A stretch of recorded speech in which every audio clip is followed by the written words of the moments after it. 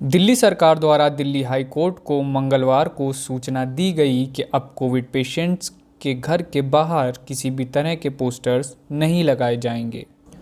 अथवा पहले से लगाए हुए पोस्टर्स को भी हटाने के दिशा निर्देश जल्द ही जारी किए जाएंगे।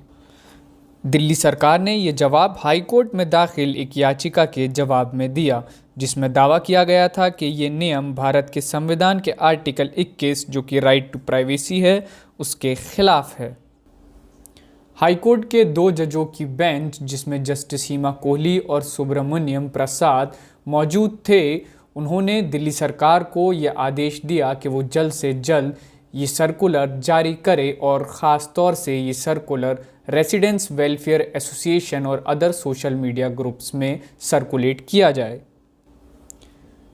ये याचिका खुद पेशे से एक वकील रहे कुश कालरा द्वारा दाखिल की गई थी, जिसमें कुश कालरा ने कहा था कि कोविड-19 पेशेंट्स के नाम RWA और अदर सोशल मीडिया ग्रुप्स के अंदर बेझिझक सर्कुलेट किए जा रहे हैं, जिसके कारण ये एक तरीके का स्टिग्मेटाइजेशन यानी कि एक तरीके का भ्रम और बेज़रूरत का अटेंशन अपनी तरफ या उन पेशेंट्स के लिए आकर्षित कर रहा है।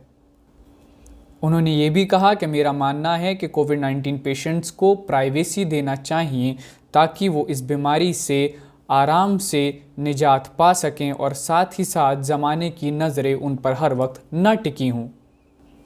दिल्ली सरकार की ओर से एडवोकेट सत्यकाम ने दिल्ली हाईकोर्ट को बताया कि इस बारे में अक्टूबर 7 को एक सर्कुलर पहले ही जारी किया जा चुका है कि किसी भी तरीके के पोस्टर्स कोविड-19 पेशेंट्स के घर के बाहर नहीं लगाए जाएं और साथ ही साथ जो पोस्टर्स लगाए गए हैं उन्हें भी पहले से रिमूव कर दिया जाए।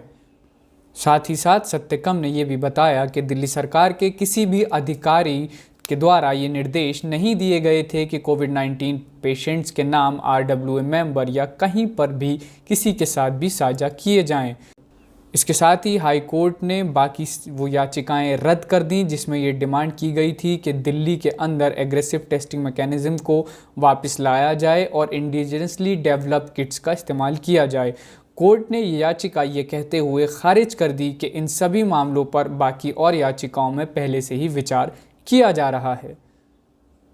दिल्ली हाई कोर्ट के दिशा निर्देशों पर आप देख रहे थे टाइम 8 कैपिटल की रिपोर्ट। देश और दुनिया से जुड़ी खबरों के लिए देखते रहिए टाइम 8 कैपिटल।